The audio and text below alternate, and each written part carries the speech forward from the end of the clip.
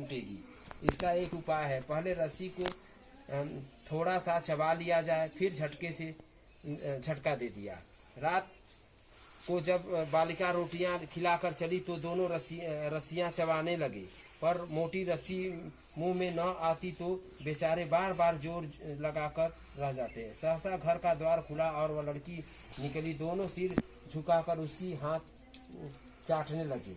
दोनों की पूछे खड़ी हो गई और उनके माथे सहलाए और बोली, खोले देती हूँ तुमसे, भाग जाओ, नहीं तो यहाँ लोग मार डालेंगे।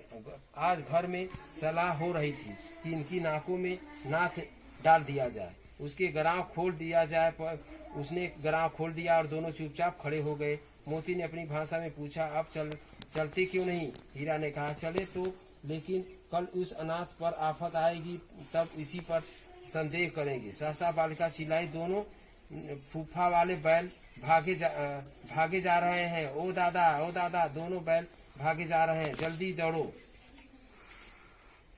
गया हड़बड़ाकर भीतर से निकला तो बैलों को पकड़ने चला। वो दोनों भागे गए और वो तेज हुए। गया ने शोर मचाया, फिर गांव के कुछ आदमियों ने के साथ लेने के लिए लौटा। दोनों मित्रों ने भागने का मौका मिल गया और सीधा दौड़ते चले आए। वहां तक की मार्ग का ज्ञान न रहा। जिस अपरिचित मार्ग से आए थे उसका कुछ पता न था।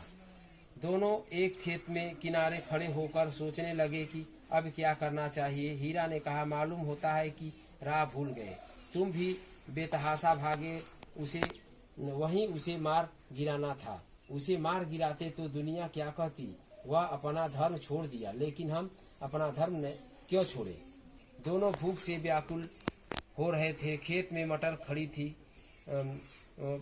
थी, चरने लगे और रह कर आहट ले रहे थे कि कोई आता न था। जब पेट भर गया तो आजादी का अनुभव किया तो मस्त होकर उछलने कूदते पहले दोनों ने डकार लिया, फिर सींग मिलाकर एक दूसरे से ठेलने लगे। मोती ने हीरा को एक कदम पीछे हटाया, यहाँ तक कि वह खाई में गिर गया। जब उसे क्रोध आया तो संभल कर उठा और फिर मोती को सींग लगाया।